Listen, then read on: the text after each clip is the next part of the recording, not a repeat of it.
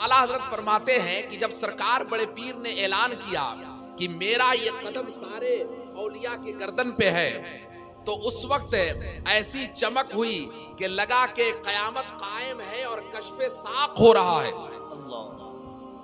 अब बताएं, ये आज का इंसान अगर अपने अक्ल पे तौले तो उसको ये बात समझ में आएगी।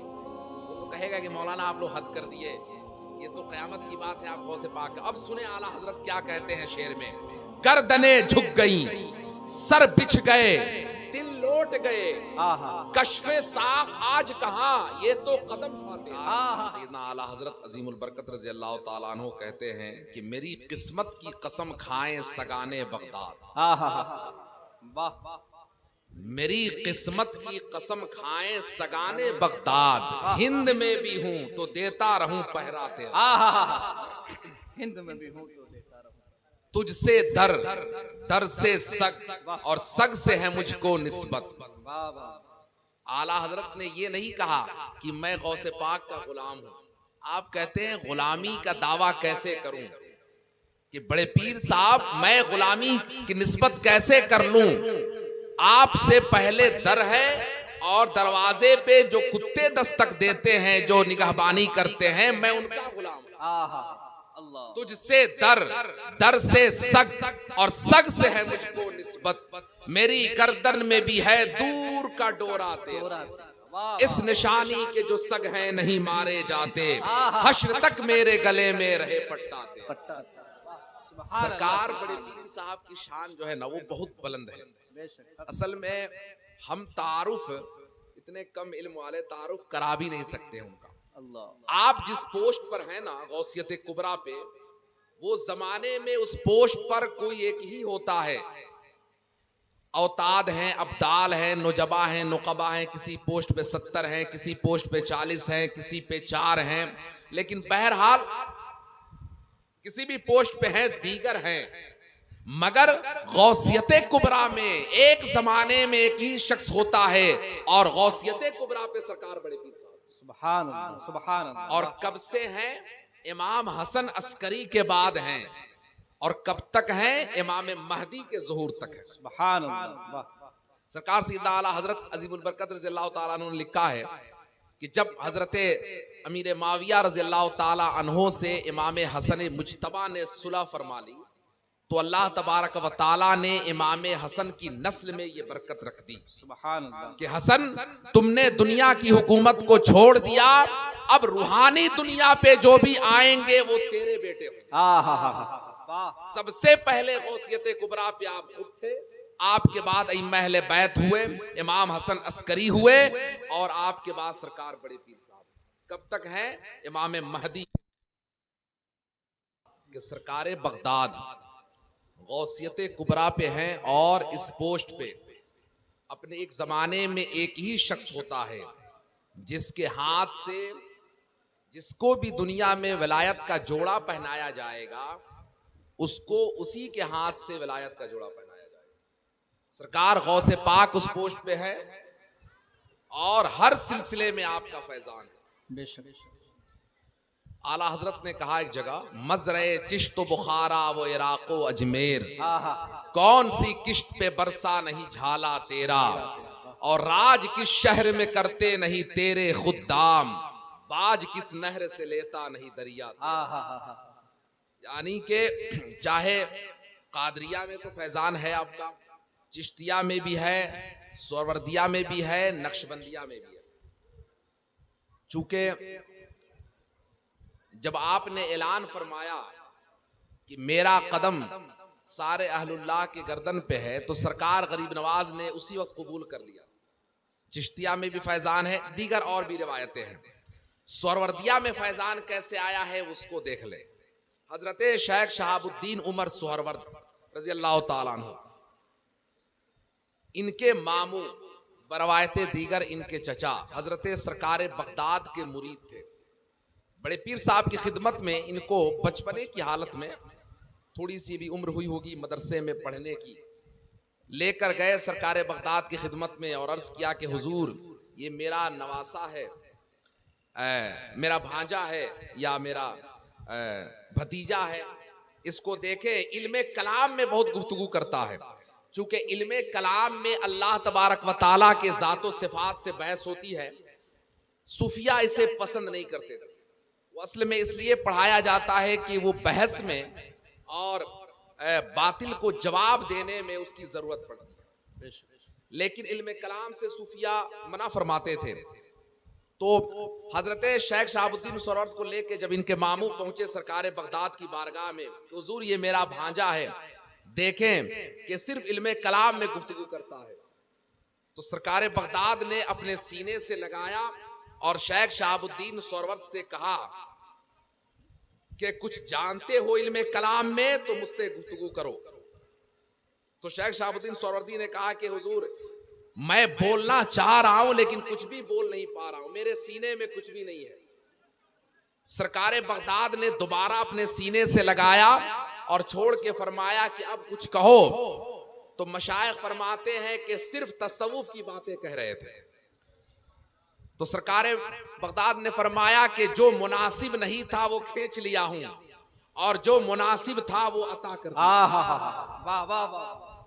और जाओ, इराक तुम्हारे हवाले करता हूं, इराक तुम्हारे नाम से मंसूब होगा, जैसे कि हिंद मोइनुद्दीन चिश्ती को मैंने अता कर दिया है।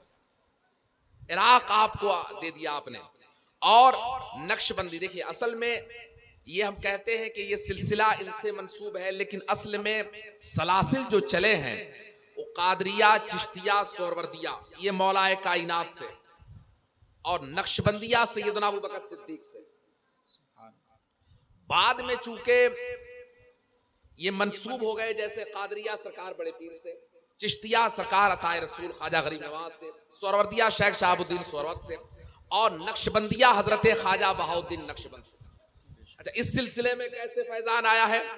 हालांकि हजरत ख्वाजा बहाउद्दीन नक्शबंद ये सरकार बड़े पीर के जमाने में नहीं पैदा हुए, सरकार बगदाद से तकरीबन 150-200 साल बाद पैदा हुए।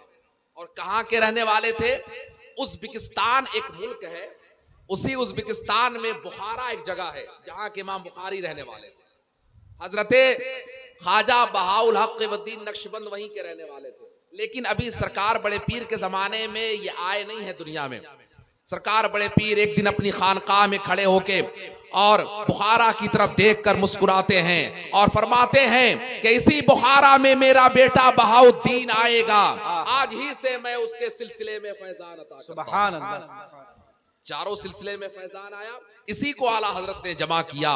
मजरे चिश्त बुखारा वो इराको अजमेर, कौन सी किश्त पे बरसा नहीं झाला। यानी किस गुलिस्ता को नहीं फसले बहारी से नियाज। भाई गुलिस्ता है, जब बाग लगा है तो मौसमे बहार भी तो चाहिए लहलाने के लिए, वरना खिजा आएगा तो खत्म कर देगा। तो आला हजरत ने कहा कि जब सिलसिले चल रहे हैं तो फैजान की जरूरत है। किस गुलिस्ता को नहीं फसले बहारी से नियाज, कौन से सिलसिले में फैजान ना आया तेरा। हर सिलसिले में सरकार बड़े पीर का फैजान है। और ये तो अकाबिरीन से पूछे, ये तो मशाइख से पूछे। हजरत ख्वाजा बंदा नवाज गेसू दराज, नाम सुना है आपने? मजमे से एक आदमी कोई बताए, उनके रोजे पे हाजिरी हुई है किसी की, या नाम सुना है आपने? नहीं जानते हैं। गुलबर्गा शरीफ, यानी कहां लेटे हैं ये? गुलबर्गा शरीफ कर्नाटका का बिल्कुल बॉर्डर है केरला के इलाके में, यानी कि साउथ में। ये मुरीद और खलीफा हैं हजरत ख्वाजा नसीरुद्दीन चिराग देहलवी के। और ख्वाजा नसीरुद्दीन चिराग देहलवी मुरीदो खलीफा हैं महबूब इलाही निजामुद्दीन औलिया के। और महबूब इलाही मुरीदो खलीफा हैं हजरत ज़ुहदो अंबिया, हजरत बाबा फरीदुद्दीन गंजे शकर। और बाबा फरीद मुरीदो खलीफा हैं ख्वाजा कुतुबुद्दीन बख्तियार काकी के। और ख्वाजा बख्तियार काकी मुरीदो खलीफा हैं अताए रसूल हिंदल वली ख्वाजा गरीब नवाज। चिश्ती बुजुर्ग हैं हजरत ख्वाजा बंदा नवाज गेसू दराज। बात समझ में आ गई? इन्होंने सरकार बड़े पीर की शान में एक किताब लिखी है, जिसमें अगर वो बात की जाए तो वो ये समझ लें कि आज का इंसान या तो इनकार कर देगा या तो माज़ल्ला, सदबार माज़ल्ला, वो कुफ्र और शिर्क का फतवा लगा देगा। अल्लाह। असल में बड़े पीर साहब पे खिताब करने के लिए बड़ा सोचना पड़ता है। आला हजरत ने जो तारुफ कराया है ना गौसे पाक का, अगर मैं खुल के वो बोल दूं तो वो आपकी अक्ल कबूल नहीं करेगी। उसकी एक मिसाल दे रहा हूं मैं आपको। सूरह नून वल कलम में है कि कयामत के मैदान में कश्फे साक किया जाएगा, एक रोशनी होगी, एक चमक होगी, अहले महशर घबरा उठेंगे और जो दुनिया में सजदा करते थे वो अल्लाह के खौफ से सजदे में चले जाएंगे और जो सजदा नहीं करते थे उनको सजदे की तौफीक नहीं होगी। ये कब होगा? मैदान महशर में। कश्फे साक क्या होगा इस पर मुफस्सिरीन खामोश हैं कि वो कैसे होगा। बस इतना है कि अहले सजदा सजदे में चले जाएंगे अल्लाह के खौफ से। ये कयामत में होगा। बात समझ में आ गई? आला हजरत फरमाते हैं कि जब सरकार बड़े पीर ने ऐलान किया कि मेरा ये कदम सारे औलिया के गर्दन पे है, तो उस वक्त ऐसी चमक हुई कि लगा कि कयामत कायम है और कश्फे साक हो रहा है। अल्लाह। अब बताएं, ये आज का इंसान अगर अपने अक्ल पे तौले तो उसको ये बात समझ में आएगी? वो तो कहेगा कि मौलाना आप लोग हद कर दिए, ये तो कयामत की बात है, आप गौसे पाक। अब सुने आला हजरत क्या कहते हैं शेर में। गर्दने झुक गई, सर बिछ गए, दिल लौट गए, कश्फे साक आज कहां, ये तो कदम था तेरा। वाह वाह वाह वाह वाह, सुभान अल्लाह सुभान। अगर मैं उस मकाम पे उतर के बोलूं तो वो तो बड़ी परेशानी हो जाएगी, इसलिए ऑडियंस का बड़ा ख्याल करना पड़ता है। लेकिन एक बात मैं अर्ज कर देता हूं कि बुजुर्गों के ताल्लुक से जो बात अगर अहलुल्लाह कह रहे हैं तो फौरन इनकार ना कीजिए। आप अपने ज़हन को वहां ना लगाइए, ये समझिए कि मुझे ये बात समझ में नहीं आ रही है मगर ये हक है। अगर अहलुल्लाह के ताल्लुक से अहलुल्लाह कह रहे हैं तो ये कोई 10 अंगूठी पहन के घूमने वाले पीर की बात नहीं कर रहा हूं, छोटा बढ़ा के बेनमाजी की बात नहीं कर रहा हूं। अहलुल्लाह के बारे में अगर अहलुल्लाह कह रहे हैं तो बात कुछ पते की है और कोई जरूरी नहीं कि उनकी हर बात हमारी अक्ल में आ जाए। बेशक हक है। उसकी भी एक मिसाल दे दूं। हजरत बायजीद बुस्तामी के बारे में है कि आप मुरीदीन को लेकर बैठे हुए थे हल्के जिक्र में, अल्लाह अल्लाह का जिक्र करा रहे थे। अचानक आप पर हाल की कैफियत आ गई और आपका लहजा बदल गया। अभी आप अल्लाह अल्लाह का जिक्र करा रहे थे, अब कहने लगे मा ज़मशानी अना सुभानी। हालांकि ये एक बंदा नहीं कह सकता है। मुरीदीन ने जब हाल से काल की तरफ लौटे तो मुरीदीन ने पूछा कि हुजूर ये जो कह रहे थे ये तो बंदा नहीं कह सकता, आप क्यों कह रहे थे? हजरत ने फरमाया कि ये मैंने नहीं कहा, अगर आइंदा मैं कहूं तो तलवार लेकर बैठो, मेरी गर्दन पे मार देना। मुरीदीन तलवार लेकर बैठ गए। फिर हल्के जिक्र में जब ख्वाजा बायजीद बुस्तामी बैठे हैं, आपका लहजा बदला है, फिर वजद में आए हैं मा ज़मशानी अना सुभानी। मुरीदीन जब तलवार मारते, जिस जगह पे मारते मुरीदों को उसी जगह पे बैक चोट लगती थी। अब तो और मसला हो गया। इसको बायजीद बुस्तामी जब हाल से काल की तरफ लौटे तो मुरीदों ने पूछा, जो भी हजरत ने जवाब दिया, इसको किसी ने आला हजरत से पूछा कि आप तो सूफिया का बड़ा दिफा करते हैं, ये क्या बात है कि ये बायजीद बुस्तामी की तरफ ये कौल मंसूब है जो मुनासिब नहीं है? तो आला हजरत ने फरमाया कि पहले बात समझें, ये तो कुरान से साबित है। कहा कैसे? कहा कि हजरत मूसा अलैहिस्सलाम कोहे तूर पर गए और अल्लाह तबारक व तआला ने जनाबे मूसा को शर्फ़े हम कलामी से जब नवाजा तो हजरत मूसा ने कहा कि बगैर देखे बात करने में इतना लुत्फ है तो उसको देखने में कितना लुत्फ आएगा। और जो दिल में कैफियत थी वो कह डाला रब्बी अरिनी, मौला आज तो देखूंगा तुझे। तो कहा कि लन तरानी, नहीं देख सकते हो। बात यही ना हुई, लेकिन बात हजरत मूसा ही की रही। जवाब मिलता रहा लन तरानी, नहीं देख सकते। हजरत मूसा ने कहा नहीं देखूंगा। सूफिया कहते हैं 9 बार कहा था नहीं देखूंगा। कुरान कहता है फलम्मा अताहा नूदिया मिन शातिल वादिल अयमन फिल बुकातिल मुबारकति मिन अश-शजरति अय्या मूसा इन्नी अनल्लाहु रब्बुल आलमीन। अल्लाह तबारक व तआला ने सिफत की तजल्ली डाल दी शजरे मूसा पे, लेकिन और बात है कि हजरत मूसा ना देख सके, कश खा के गिर पड़े।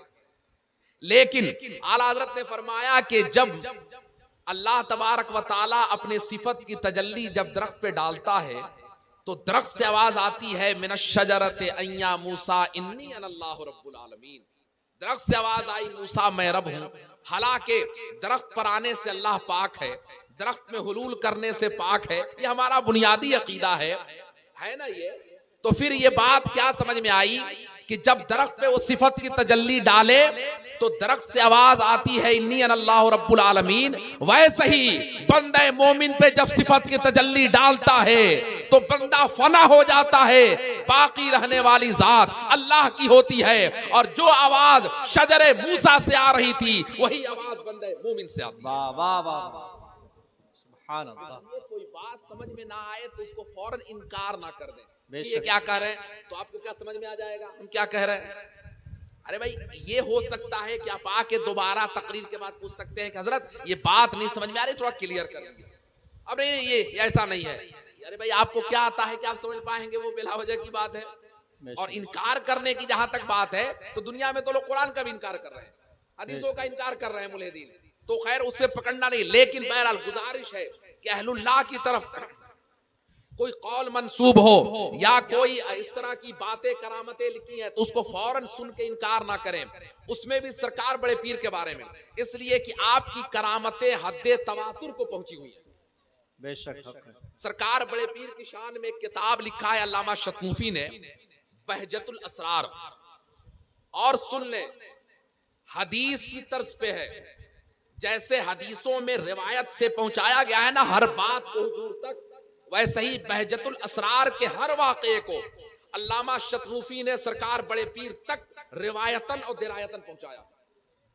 वो ऐसी नहीं है कि हमने सुन लिया और करामत लिख के छाप दिया, नहीं। बहजतुल असरार ऐसी किताब नहीं है जिसके बारे में आला हजरत ने शेर में भी कहा कि बहजत उस सिर की है जो बहजतुल असरार में है, कि फलकवार मुरीदों पे है साया तेरा। इस तरह सरकार बड़े पीर के बारे में मशाइख कहते हैं कि करामतें हद्दे तवातुर को पहुंची हुई हैं। और उसी बहजतुल असरार में है कि जब सरकार बड़े पीर साहब हजरत इमाम अहमद बिन हंबल के रोजे पर हाजिरी के लिए गए। इमाम अहमद बिन हंबल कौन है? हमारे जो फिका के 4 इमाम हैं उनमें से एक है, बल्कि ये कह लें कि सरकार बड़े पीर साहब जिनको फॉलो करते थे। हालांकि आला हजरत ने तो लिखा है कि बड़े पीर साहब ऐनुश शरीयतिल कुबरा पर थे, यानी उस पोस्ट पर पहुंचे थे जिस पोस्ट पर पहुंचकर आदमी किसी की पैरवी नहीं करता है, अपनी पैरवी कराता है। अल्लाह, उसको तकलीद करना जायज नहीं होता है। वो ऐनुश शरीयतिल कुबरा का पोस्ट है। जब हमारा गैर मुकल्लिदों से जब डिबेट होता है, हमारी बहस होती है, उसमें ये बातें आती हैं कि भाई तकलीद कौन करेगा और कौन नहीं करेगा। हमें क्या आता है कि हम तकलीद नहीं करेंगे, हम तो इमाम आजम के मोहताज हैं। तो सरकार बड़े पीर लेकिन उस पोस्ट पर थे कि वो खुद मसलक चलाते, लेकिन मसलक नहीं चलाया। लिखा है आला हजरत ने कि चारों मसलक पे फतवा देते थे जहां जिसकी जरूरत पड़ती थी, लेकिन अपने आप को हम्बली कहते रहे। क्यों? वजह क्या थी? वजह यह थी कि अल्लामा शुल कादरी ने उस बहजतुल असरार के मुकद्दमे में लिखा है और बहुत मशाइख ने लिखा है कि जब इमाम अहमद बिन हंबल के मजार पे फातिहा पढ़ने सरकार बड़े पीर सरकार बगदाद तशरीफ ले गए, बगदाद शरीफ में इराकी में है, तो कब्र शक हो गई और इमाम अहमद बिन हंबल कब्र से बाहर तशरीफ लाए और सीने से लगाया शहनशाह जीलान को और कहा कि शेख अब्दुल कादिर जीलानी, लफ्ज़ सुनिएगा, शरीयतो तरीकत में मैं तुम्हारा मोहताज हूं। अल्लाह, इसको अल्लामा शुकादरी ने यही लफ्ज लिखा है, इसलिए मैं कोट भी वही कर रहा हूं। शरीयतो तरीकत में मैं तुम्हारा मोहताज हूं, मेरे मसलक को दुनिया में जिंदा करो, इसलिए कि उनका मसलक कमजोर पड़ रहा था। तो सरकार बड़े पीर ने हम्बली मसलक पे फतवा देके, और जब आप हम्बली हो गए तो वैसे ही देख के लोग हम्बली हो जाएंगे। बड़े पीर साहब जिसको फॉलो कर रहे हैं, तो बड़े पीर साहब का इंट्रोडक्शन करा देना ये हमारे जैसे कम इल्म के बस की बात नहीं है। बड़ी शख्सियत है। चाहे आप रूहानी दुनिया में देख लें या इल्मी दुनिया में आप देखें, जिस भी दुनिया में, रूहानी दुनिया के ताजदार हैं। आप रिवायतें सुनते रहते हैं, वाकयात सुनते हैं, करामतें सुनते हैं। इल्मी दुनिया में जरा सुन लें, वो शान है कि 18 साल तो वालदा के साथ रहे। 470 हिजरी में विलादत है और 561 में साल है, 91 बरस। 18 साल वालदा के साथ रहे। 18 साल के बाद आप इल्म हासिल करने निकले हैं 35 साल से 36 साल तक, और उसके बाद बगदाद के जंगल में, इराक के जंगल में अल्लाह की तलाश में 35 साल, 70 साल हो गए। 20-21 साल आकर मदरसे की तबलीग और तलामजा पैदा किए, मुजाहिदीन पैदा किए। रोजाना सरकार बड़े पीर साहब फजर यानी के इशराक से लेके जवाल तक 18 सब्जेक्ट पढ़ाते थे। कितने? एक सब्जेक्ट पढ़ाने वाला प्रोफेसर होता है, वो भी रोजाना हिम्मत नहीं है कि क्लास ले ले, वो हफ्ते में 2 ही क्लास लेता है, उसमें भी सब्जेक्ट पे कम, अखबार पे ज्यादा बात करता है। क्या हजरत, आप किसी प्रोफेसर को देख ले, असाइनमेंट चल गया हो तो घर में बैठ के लिख के प्रोफेसर बन जाना, बुरा ना मानिए कोई साहब हो तो। हफ्ते में तो 2 क्लास लेनी है, वो भी सब्जेक्ट पे वो कहां बात करता है, जब पहुंचेगा तो पेपर पे बात करेगा कि गवर्नमेंट किसकी कहां बनने वाली है, और 2-4 घंटे हो गया। बच्चे वैसे भी तवज्जो नहीं देते, उनको खुद से तैयारी करनी है। और बड़े पीर सरकार, लिखा है मुल्ला अली कारी ने कि रोजाना 18 सब्जेक्ट पढ़ाते थे। आप समझ रहे हैं 18 सब्जेक्ट पढ़ाना, यहाँ एक सब्जेक्ट पढ़ाने के लिए 3 घंटा पढ़ के भी सही से नहीं पढ़ा सकता आदमी, 18 सब्जेक्ट। और उसके बाद वाजो नसीहत और मदरसे कायम करना, तलामिजा पैदा करना। और जिस वक्त सुल्तान सलाहुद्दीन अय्यूबी की फौज जा रही थी ना फतह बैतुल मक़दिस के लिए, उसमें 70% जो मुजाहिदीन थे वो सरकार बड़े पीर के मदरसे के पढ़े हुए तलामिजा। सुभान अल्लाह, सुभान अल्लाह, वाह वाह। असल में हमने सिर्फ करामतों को जाना है, असल में करामतों से इंट्रोडक्शन में कराता नहीं, करामतों से मुनकिर ये जमाना है। फौरन लोग इनकार कर देंगे, यार वही हवा में उड़ने वाली बात शुरू कर दी है, वही पानी पे चलने वाली बात, अब कबूल नहीं कर रही है करामतों को। इसलिए सरकार बड़े पीर साहब आप अपने लहजे में सुन लें, उनके खिदमात क्या हैं। और वाजो नसीहत, तबलीग, आपकी मजलिस होती थी ना, आप तकरीर की जो मजलिस सजाते थे, जरा सा होश में सुनिएगा इस जुमले को जो इमाम लिखते हैं।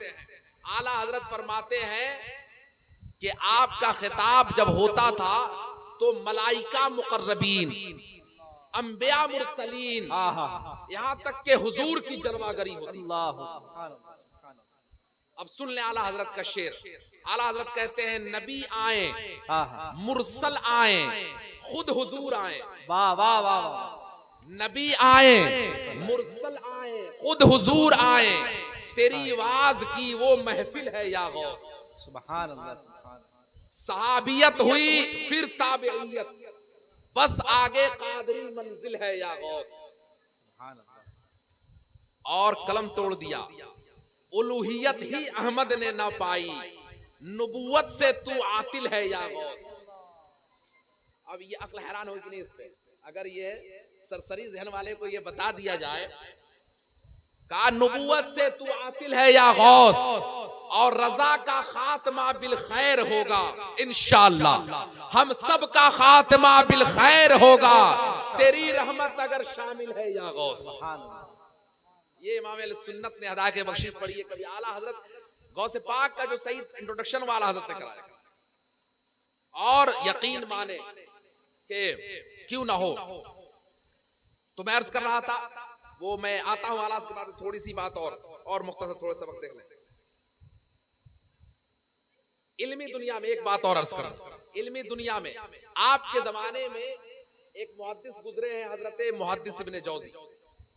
ये कोई छोटा नाम नहीं है, मैं जल्दी से जो ले लिया हूं ना, तो इसको ये ना समझ लीजिएगा हमारी तरफ मौलवी साहब थे। मुहद्दिस इब्ने जौजी का मकाम बहुत बुलंद है, मुहद्दिसीन में बहुत बुलंद है, बहुत पाए के आलिम है, बहुत पाए के मुहद्दिस है। सरकार बड़े पीर साहब के जमाने में थे। तो असल में सरकार बड़े पीर साहब ईरान के जीलान के रहने वाले थे, और जीलान ईरान चूंकि पर्शियन मुल्क है, अजम में आता है, और इराक अरबी मुल्क है, तो अजम वाले को अरबी वैसे ही कबूल नहीं करते हैं, आज भी है। अरबी अपने यहाँ किसी को समझते हैं सब। तो सरकार बड़े पीर ने जब अपना मस्कन इराक में बनाया तो बड़ा शोहरा हुआ कि वो फातिमी सैयद आया है, वो हसन का बेटा आया है, वो ऐसा ऐसा कहता, उसकी शान इतनी है। तो मुहद्दिस इब्ने जौजी से किसी ने कहा कि उनके खिताब की मजलिस में बड़ी कसरत होती है, भीड़ होती है, कभी आप भी चलिए ना। तो एक बीमारी है मुआसिरीन में, एक आलिम दूसरे को कबूल जल्दी करता नहीं। हमारे उस्ताद ने मुझसे बरेली शरीफ में जब मैं था तो मेरे उस्ताद ने मुझसे एक वाकया सुनाया। उलमाए किराम से हजरत के साथ कि हजरत, मैंने पढ़ा नहीं है, मेरे उस्ताद ने मुझे सुनाया कि हजरत मूसा अलैहिस्सलाम कहीं तशरीफ ले जा रहे थे तो देखा इब्लीस गुजर रहा है। तो पूछा आपने कि अल्लाह के दुश्मन कहाँ जा रहे हो, और उसके पीठ पे कुछ गठरियां वो लादे हुआ था। तो पूछा हजरत मूसा ने कि ये क्या है इसमें, तो उसने कहा कि इस गठरी में झूठ है, ये ताजिर से बेच दूंगा, इसमें फ्रॉड है, इससे बेच दूंगा, ऐसा है। एक गठरी में कहा ये हसद है, उलमा से बेच दूंगा। ये मैंने पढ़ा नहीं, मेरे उस्ताद ने बताया, लेकिन देख के तो पूरा क्लियर हो जाता है, चूंकि मुआसरीन की चकलबाजी रही है। अरे इमाम अहमद बिन हंबल पे जब कोड़े लग रहे थे मामून के, तो उलमा मौजूद थे कि नहीं, लेकिन कौन साथ आया उनके? कोई नहीं आया। ये बात जो लंबी है, इमाम आजम को कैद किया गया तो उलमा थे कि नहीं, साथ कौन आया? असल में ये तारीख बड़ी लंबी है। तो मुहद्दिस इब्न जौजी बड़े हैं, और तो कहा कि अरे भाई वो क्या तकरीर करते हैं, वो जो तकरीर करते हैं वो मुझको भी तो है। तो कहा कि अरे चलिए तो कभी, तो कहा कि आपकी बात मान के मैं चलता हूं, ऐसे जाने की जरूरत मुझे नहीं थी। खैर, बड़े पीर साहब की मजलिस हो रही थी, आप खिताब फरमा रहे थे, मुहद्दिस इब्न जौजी आके पीछे बैठ गए, चूंकि जांच में आए थे। तो बड़े पीर साहब ने कुरान शरीफ की एक आयत की तिलावत की और कहा कि इसका एक मतलब ये है, इसकी एक तफसीर ये है। तो जो लेके आया था मुहद्दिस इब्न जौजी से पूछा कि जो बयान कर रहे हैं ये जानते हैं? कहा कि ये पहले ही से मुझको मालूम है। बड़े पीर साहब ने फरमाया कि इसका दूसरा मतलब ये है। इसने पूछा कि ये, कहा कि ये भी जानता हूं। बड़े पीर साहब ने कहा तीसरा मतलब ये है, कहा कि ये भी जानता हूं। चौथा मतलब ये है, कहा कि ये भी जानता हूं। 13-14 मानों तक बख्तिलाफ रिवायत बड़े पीर साहब बयान करते रहे। मुहद्दिस इब्न जौजी कहते रहे कि मैं जानता हूं, मेरे इल्म में है, ये कोई नई बात नहीं है मेरे लिए।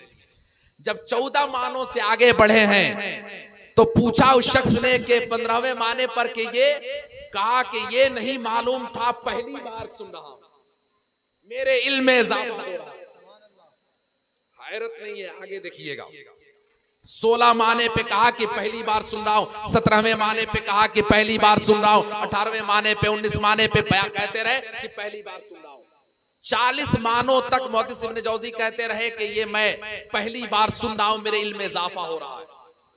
40 मानों के बाद सरकारे बगदाद ने फरमाया कि ये तो मैं वो बयान कर रहा था जो किताबों में लिखा है, मैं काल कह रहा था, अब हाल की तरफ आ रहा हूं,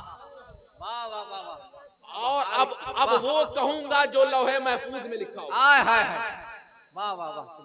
मुहद्दिस इब्न जौजी सर के बल चलते हुए और ले जाके कदमों में इमामा रखा है। कहा हुजूर समझ गया कि ये मसला किसी और को आप नहीं समझा रहे, ये हमें समझा रहे हैं, इसलिए कि मेरे दिल में ये फातिमा के शहजादे के लिए ख्याल आया था। हुजूर मैं समझ गया, माफ फरमा दें। उसके बाद सरकारे बगदाद से जो फैजान मिला है मुहद्दिस इब्न जौजी, क्या कारनामे हैं हदीस की दुनिया में, पढ़ के देखें।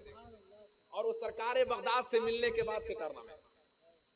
तो बड़े पीर साहब वो बड़ी शख्सियत है ना, वो मैं अपने जुमलों में उनको मैं नहीं बयान कर सकता हूं।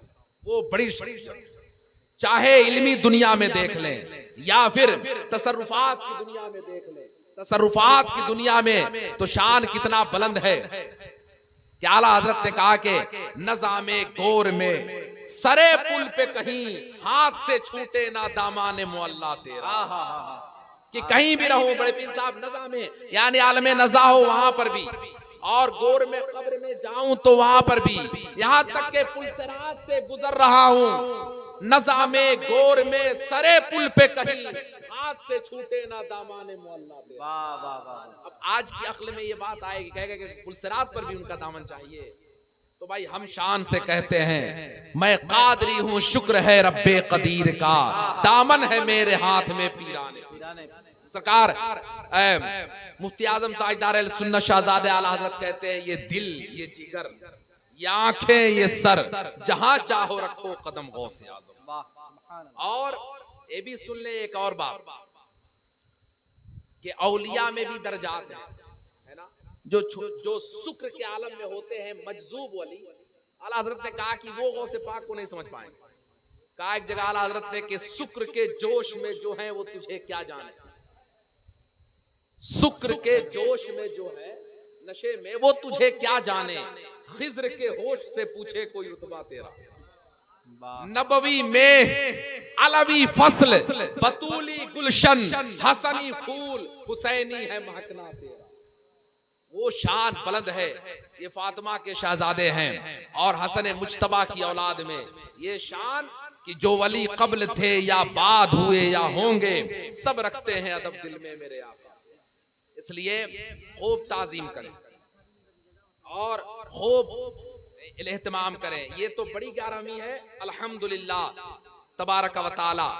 मैं अपने मदरसे में 2015 से या 14 से 15 ही मान लें, 15 से हर महीने की 11 तारीख को एक महफिल सजती है। आज 9 साल हो गए अल्हम्दुलिल्लाह। आप हर 11 को मजलिस सजाएं, ये तो बड़ी 11वीं, हर मजलिस को 11 सजाएं, को हर मजलिस 11 को मजलिस सजाएं और तब मुहद्दिस आजम की वो बात याद करें। हाशमी मियां को जानते हैं ना? अरे कौन नहीं जानते? जब यूट्यूब इतना ना आप लोग चलाते हैं, उनके वालिद हैं मुहद्दिस आजम कचौचवी। वो फरमाते हैं, बहुत वाकया लंबा है, क्यों पढ़ने गए, कैसे गए, वो छप छोड़ देता हूँ, आता हूँ लास्ट में। कहे कि जब आला हजरत क्या मैं पढ़ने गया तो आला हजरत ने मुझे इफ्ता शुरू कराने के लिए शीरनी मंगाया और कहा कि बड़े पीर साहब की बारगाह में नजराना पेश किया जाए और फिर शुरू कराता हूँ आपको। जब फातिहा पढ़ने के बाद आला हजरत ने कहा कि इसे तकसीम कर दिया जाए। जो साहब तकसीम कर रहे थे, एक जर्रा उनसे गिर गया। आला हजरत उकड़ू बैठ गए।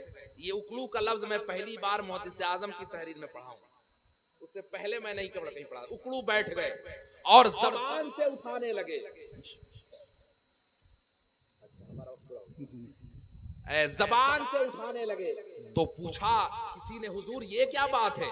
कहा कि ये शहनशाह जीलान के बारगाह का तबर्रुक है। अहमद रजा को ये गवारा नहीं कि हाथ से उठाए, और आंखों से उनके तबर्रुक। आजम कहते हैं कि ये मैं सुनते रहता था कि ये फरमाते थे कि जो कुछ मिला है ये आपके नाना का सदका है, यानी गौसे पाक की बारगाह से। आज मुझे क्लियर हो गया कि जिसके दिल में इस कदर ताज़ीम होगी सरकारे बगदाद इसी को नवाज़। वाह बेशक सुभान अल्लाह। इसलिए आप खूब करें मजलिस, हर 11 को करें उनके नाम से, और फिर आप कहें कि मेरी किस्मत की कसम खाएं सगाने बगदाद, हिंद में भी हूं तो देता रहूं पहरा तेरा। अल्लाह तबारक व तआला हमें यहाँ भी और कयामत में भी उन्हीं के झंडे के नीचे जगाता है। आमीन बिजाह सय्यिदिल मुरसलीन। अस्तगफिरुल्लाह रब्बी मिन कुल्लि ज़ंबी व अतूबु इलैहि। अस्सलामु अलैकुम व रहमतुल्लाहि तआला व बरकातहू।